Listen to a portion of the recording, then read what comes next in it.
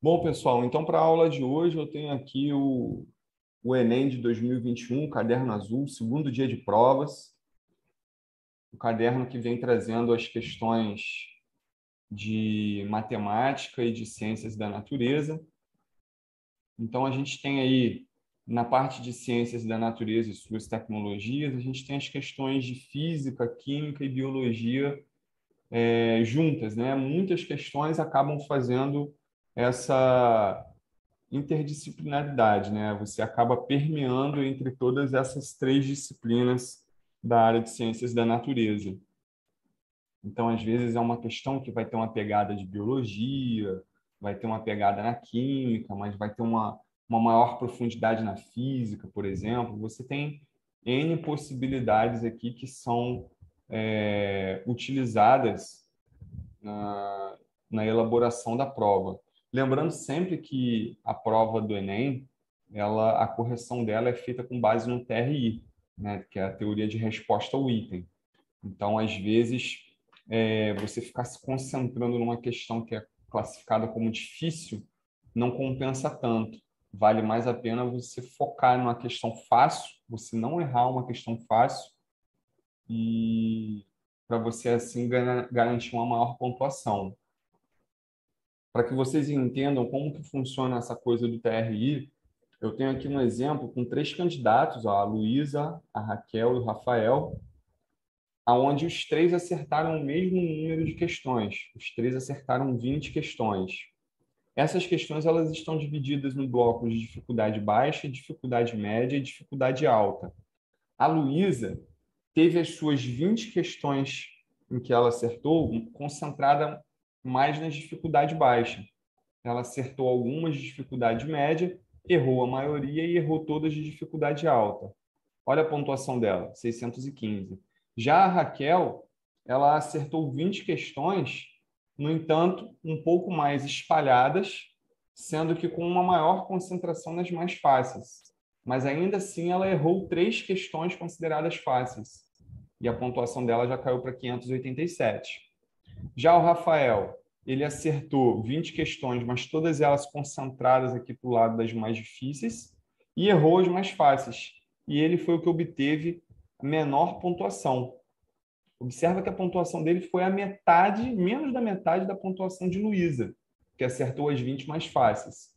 Ele acertou as 20 mais difíceis e, no entanto, a pontuação dele despencou. Então, no Enem, a gente não pode só ficar concentrando em querer acertar as questões mais difíceis. Não, você não pode errar as mais fáceis. Esse é o raciocínio que tem que ter. E aí a gente já começa com essa primeira questão aí, que fala o seguinte: o alcoólmetro Gay-Lussac é um instrumento destinado a medir o teor de álcool na porcentagem volume por volume nas soluções de água e álcool na faixa de 0 grau Gay-Lussac a 100 graus Gay-Lussac, com divisões de 0,1 Gay-Lussac. Então, na verdade, esse alcoolômetro é um instrumento que serve para medir a quantidade de álcool na água, por exemplo. Então, você pega o etanol no posto de gasolina. Aliás, quando você vai abastecer no posto de gasolina, a bomba de etanol, o etanol ele passa por um dispositivo que dentro ali dele fica um alcoolômetro para poder você verificar a qualidade daquele álcool. Na verdade, você vai verificar a porcentagem de volume da solução que você está abastecendo o carro, tá? Então, a concepção do alcoolômetro se baseia no princípio de flutuabilidade de Arquimedes, semelhante ao funcionamento de um densímetro. A escala do instrumento é aferida a 20 graus Celsius, tá? Isso aqui é importante, é informação importante. Sendo necessária a correção da medida caso a temperatura da solução não esteja na temperatura de aferição. Isso por quê, pessoal? Porque os corpos, eles sofrem dilatação ou retração com a variação da temperatura ambiente. Então, nós vamos perceber que isso vai ser um fator que vai influenciar no comportamento dos materiais. Então, é apresentada parte da tabela de correção do alcoolômetro com a temperatura. Como eu disse, lá no enunciado foi dito que o alcoolômetro ele foi aferido a 20 graus Celsius. Então, se você vai fazer uma verificação da quantidade de álcool, do teor de álcool, fora dessa temperatura de 20 graus Celsius, você precisa fazer uma correção. Então, você tem, por exemplo, diferentes valores aqui de graus Gay-Lussac, 35 e 36, em diferentes temperaturas. Ó.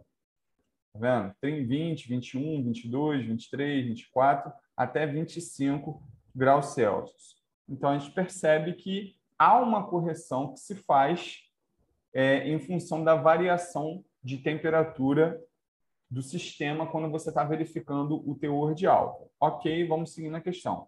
É necessária a correção da medida do instrumento, pois um aumento na temperatura promove o que vai acontecer?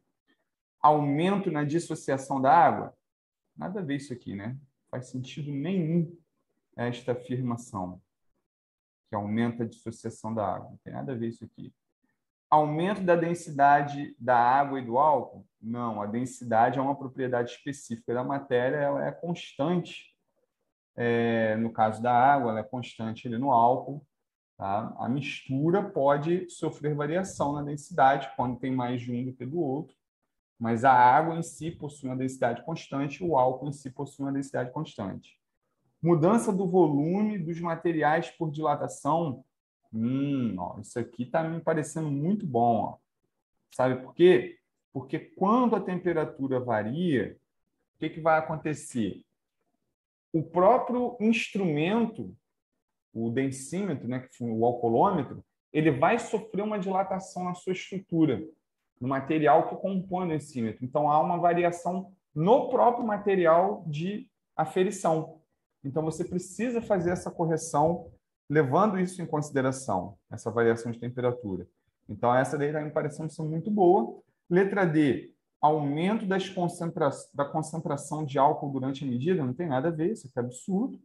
Letra E, alteração das propriedades químicas da mistura álcool e água também não tem nada a ver, as propriedades químicas permanecem constantes. Então, resposta aí, letra C. Questão tranquila.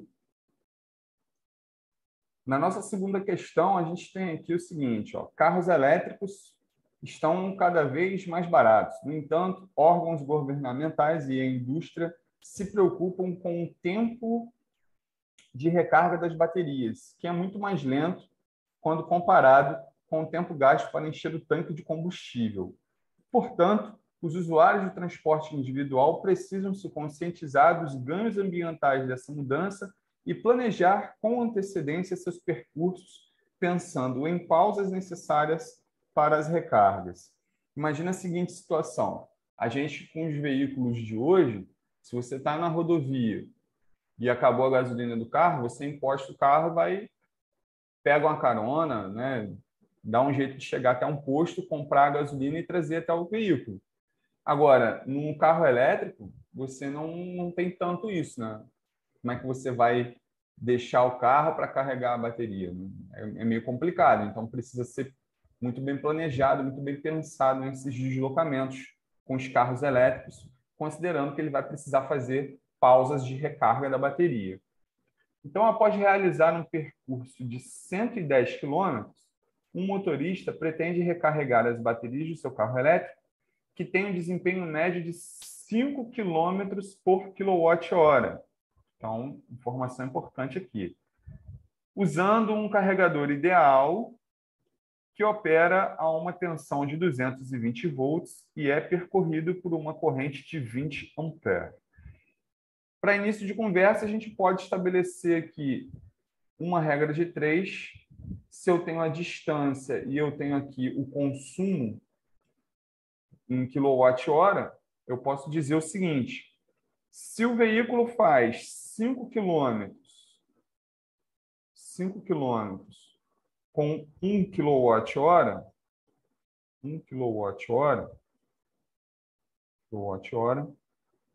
para ele percorrer 110 quilômetros, porque é o que o motorista vai percorrer, né? E em seguida ele vai pausar para recarregar em função desse espaço percorrido.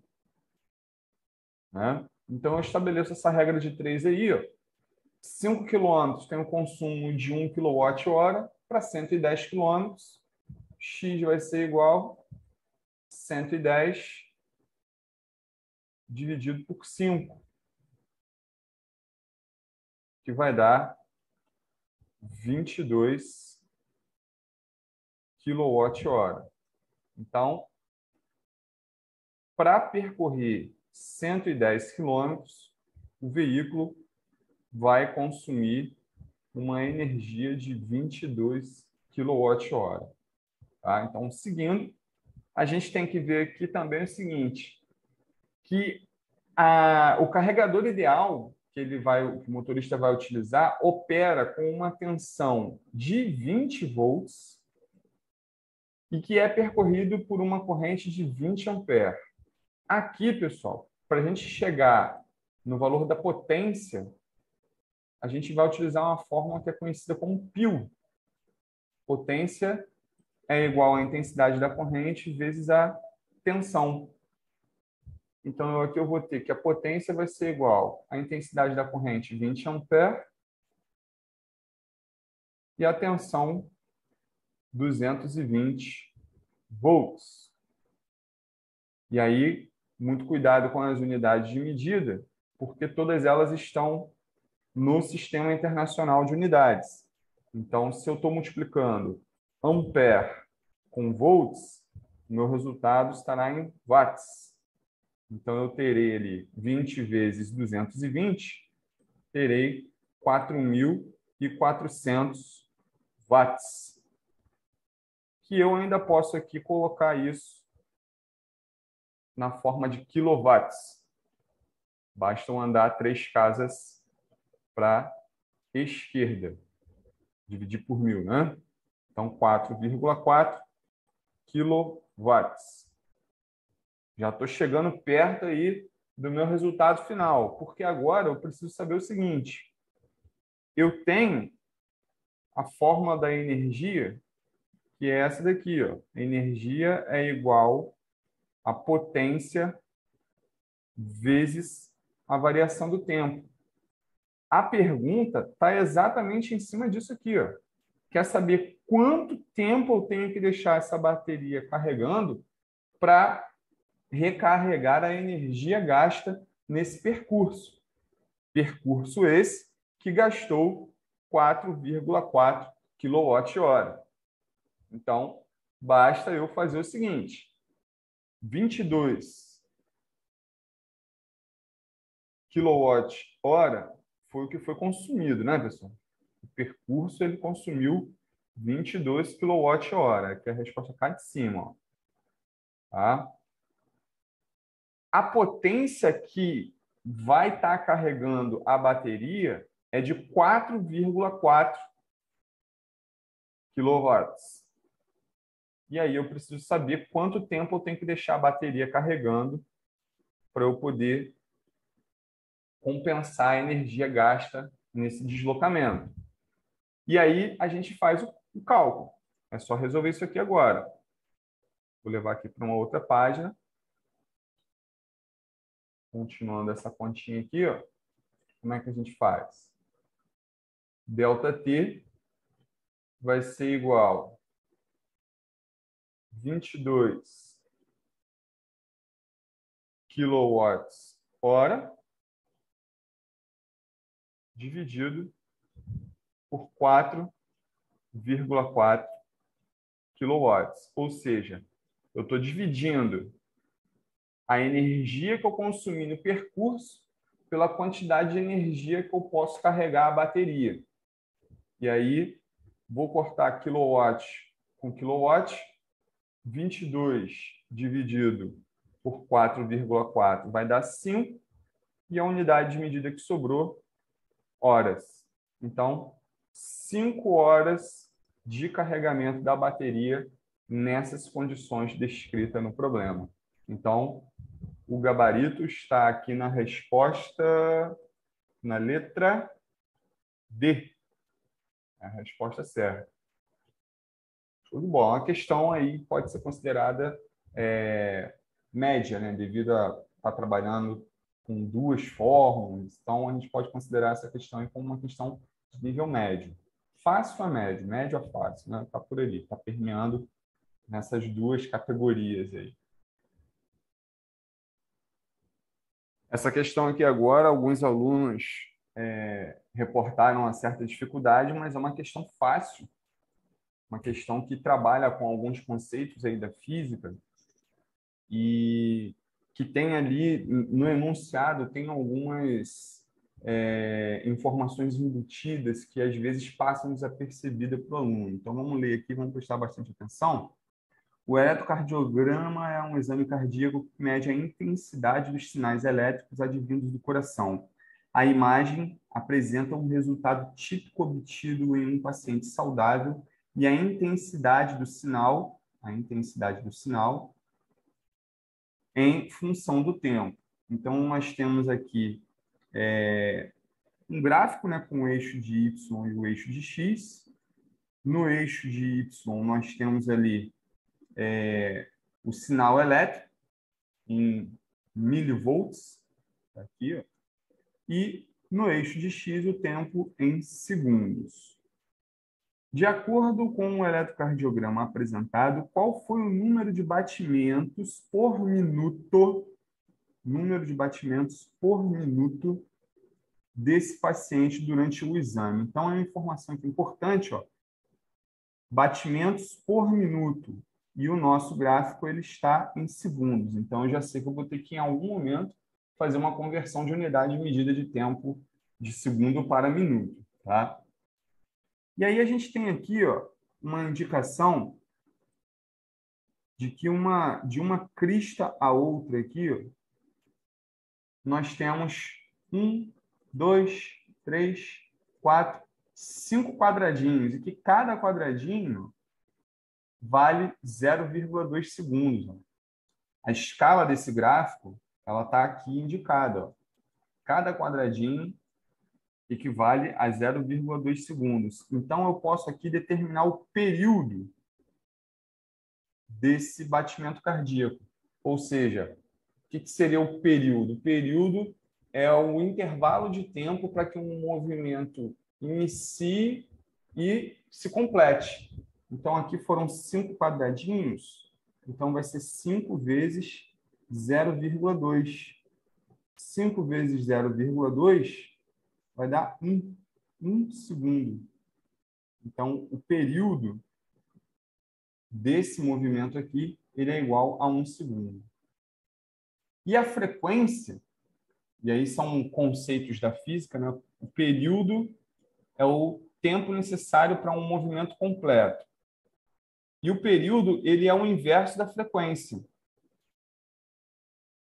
Que a frequência é o número de eventos em função de uma unidade de tempo. E que, numericamente, ele é o inverso do período. Então, há essa relação entre essas duas grandezas físicas. Porque, na verdade, aqui, a pergunta é exatamente em cima da frequência. O número de batimentos é o número de movimentos em função do tempo que ele está querendo saber. E que, no caso aqui, esse tempo tem que estar em minutos. Então, se eu tenho o período eu tenho. O período vale 1. Período vale 1. Período é igual a 1 segundo. Para eu descobrir a frequência, é só eu colocar aqui 1 sobre o período, que vale 1. Mas tem que considerar o seguinte, esse período que nós calculamos, ele está em segundos.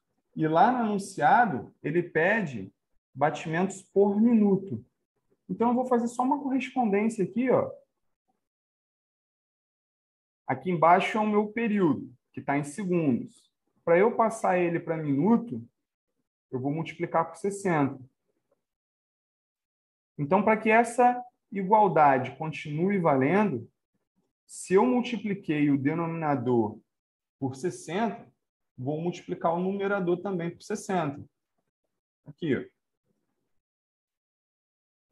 Então, o número de batimentos por minuto é igual a 60. Então, resposta Está aqui na letra D. É uma questão fácil essa. Essa daqui não é uma questão difícil. Trabalhando com esses conceitos aí de período e frequência é uma questão fácil. Tá? Essa próxima questão ela também pode ser considerada fácil, embora tenha algumas interpretações de fórmulas que possam ser feitas dentro dela. Então, a questão diz o seguinte, ó, analisando a ficha técnica de um automóvel popular, verificam-se algumas características em relação ao seu desempenho. Considerando o mesmo automóvel em duas versões, uma delas funcionando a álcool e outra a gasolina, tem-se os dados apresentados no quadro em relação ao desempenho de cada motor. Então, a gente tem aqui os parâmetros da aceleração e velocidade máxima, o motor a gasolina, o motor a álcool. Na aceleração, o motor a gasolina de 0 a 100 km em 13,4 segundos, o motor a álcool na aceleração de 0 a 100 km por hora em 12,9 segundos. A velocidade máxima é alcançada pelo motor a gasolina a 165 km por hora, a velocidade máxima alcançada pelo motor a álcool 163 km por hora. Aqui a gente já pode tirar algumas considerações sem mesmo ler a pergunta. Ambos os veículos estão partindo do repouso, porque vai de 0, né, de 0 a 100. Os dois vão de 0 a 100. Os dois vão de 0 a 100. Então, isso já é uma observação importante a ser feita. O motor a gasolina, ele levou mais tempo para desempenhar a aceleração, vamos colocar assim, a aceleração máxima. O motor a álcool fez isso mais rápido. Tá? Então, vamos ver a pergunta. Considerando desprezível a resistência do ar, qual a versão que apresenta maior potência? Então, está falando de potência, pessoal. Potência, se a gente lembrar, o que é a potência? Potência é igual ao trabalho dividido pelo tempo. Trabalho dividido pelo tempo. Essa relação aqui também vai nos levar a obter a variação da energia cinética. Variação da energia cinética, né? Porque o trabalho ele promove isso, né? Ele promove a variação da energia cinética.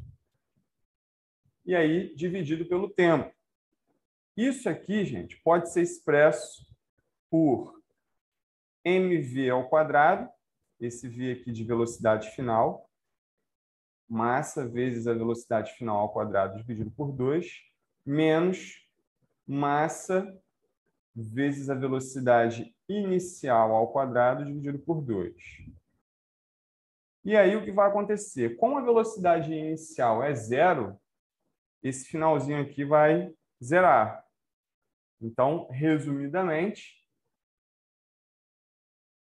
faltou o ΔT aqui embaixo. Resumidamente, a nossa potência ela está assim: mv ao quadrado sobre 2 sobre ΔT. Aquela expressão lá em cima, ela está toda resumida aqui. E aí, olhando essa expressão aqui, é o seguinte: mv ao quadrado sobre 2 é igual para os dois veículos. Isso considerando que a massa deles vai ser a mesma, por se tratar do mesmo veículo, e a velocidade final também é a mesma, porque ambos atingiram 100 km por hora. Então, o que vai influenciar na potência dos motores desses veículos? O tempo realizado, o tempo gasto para atingir a potência máxima. Então, quem fizer em menor tempo vai ter uma maior potência. Elas são grandezas inversamente proporcionais. Tá? E aí, a gente vai nas opções e vê o seguinte. Ó. Quem tem menor tempo? Foi o motor a álcool, né? A gente viu logo no começo que o motor a álcool levou 12,9 segundos, enquanto que o motor a gasolina levou 13,4. Então, com certeza, o motor a álcool vai apresentar maior potência. Aí vamos vendo nas opções. Ó. Letra A. Como a versão a gasolina consegue maior aceleração, aqui já furou, né? Letra B. Como a versão a gasolina atinge maior valor de energia cinética, isso desenvolve maior potência, furou também. Não pode ser letra B. Letra C. Como a versão a álcool apresenta maior taxa de variação de energia cinética, esta é a que desenvolve maior potência. Essa daqui está boa. Letra C está boa. Letra D. Como ambas versões apresentam a mesma variação de velocidade no cálculo de aceleração, a potência desenvolvida é a mesma. Não, a potência não é a mesma. Também furada. E letra E. Como a versão a gasolina fica com o motor trabalhando por mais tempo, esta é a que possui maior potência. Mais tempo não tem maior potência, mais tempo tem menor potência, né? Então, também, letra E furada. Então, a resposta certa aqui, letra C de Copacabana. Essa próxima questão é uma questão bem característica, né, do Enem. Sempre tem uma questão de circuito e uma questão bem simples, uma questão que não tem grandes cálculos, não tem cálculo. É só uma questão de interpretação e ver onde que o circuito fecha. Vamos ver aqui. Um garoto precisa montar um circuito que acenda 3 lâmpadas de cores diferentes, uma de cada vez. Isso é uma informação importante. As lâmpadas, elas precisam acender uma de cada vez. Vou fazer um destaque aqui, ó. Uma de cada vez. Ele dispõe de lâmpadas, de fios, uma bateria e 2 interruptores como ilustrado, junto com o seu símbolo de 3 pontos, que é isso aqui, ó. Quando esse interruptor fecha AB, abre BC e vice-versa. Então, esse interruptor aqui, quando AB está ligado, BC fica desligado. E o contrário também, quando BC fica ligado, o AB desliga. Então, tem que estar atento a essa informação. Vou sublinhar aqui. Então, nós temos aqui a representação universal para a bateria, as lâmpadas, verde, vermelho e azul, e aqui o interruptor. O garoto fez 5 circuitos elétricos usando os 2 interruptores, mas apenas um satisfaz a sua necessidade. Esse circuito é representado por... Pessoal, aqui basta você ficar fazendo os testes. Você vai analisando circuito por circuito em cada opção e vai ver qual é a que atende à condição exposta no enunciado. Então, vamos começar aqui pela letra A. Se eu fechar o circuito AB, né, se eu colocar o interruptor aqui AB e lá no outro o BC, o que vai estar acontecendo nesse momento?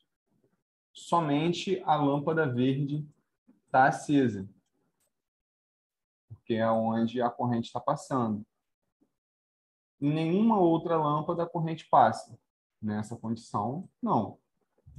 E se eu deixo AB aqui e o AB no outro interruptor?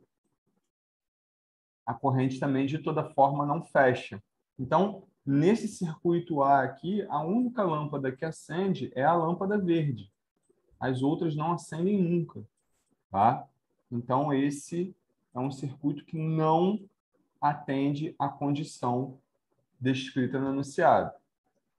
Na letra B, vamos fechar aqui, ó. Vamos fechar o AB aqui e fechar o BC do outro lado. Só vai acender a lâmpada verde. Se eu fecho o AB do outro interruptor também, continua só o verde aceso. E se eu fecho no primeiro interruptor o BC, nenhuma outra lâmpada vai acender. Então, esse circuito da letra B, a única lâmpada que também acaba ficando acesa é a verde. As outras duas não acendem. Então, é um circuito que também não atende às condições do enunciado do problema. O circuito C. A lâmpada azul ela vai estar sempre acesa, porque observa que ela aqui está com o circuito fechado sempre. Então, toda vez que tiver qualquer uma das outras lâmpadas acesa, vai estar acesa junto com a azul, porque a azul ela vai estar acesa o tempo todo. Então, não atende à condição do problema, porque o problema pede para que seja uma lâmpada de cada vez. Então, também não pode ser a letra C. Na letra D, vamos analisar aqui, ó. No primeiro interruptor, vamos fechar AB e no outro aqui fechar BC. Nessa configuração, a lâmpada verde acende. E as outras duas estão apagadas. Certo? Vamos mudar a chave do segundo interruptor. Vamos botar AB para ele.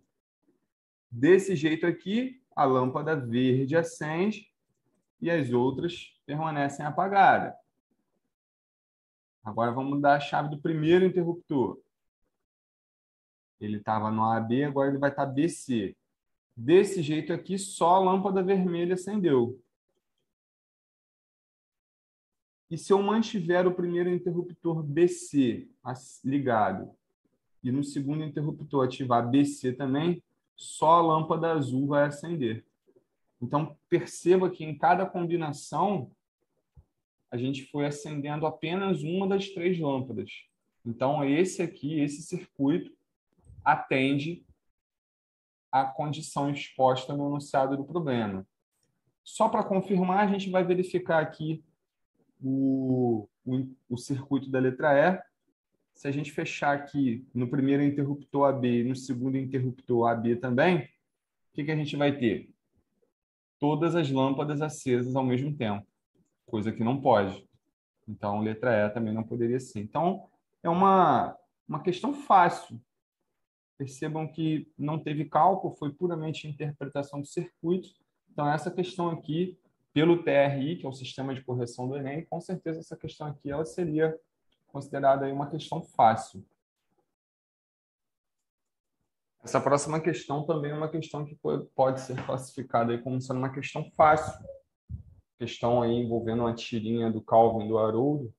Eu, inclusive, destaquei para os alunos essa coisa que o Enem tem de estar buscando a utilização de quadrinhos, de charges.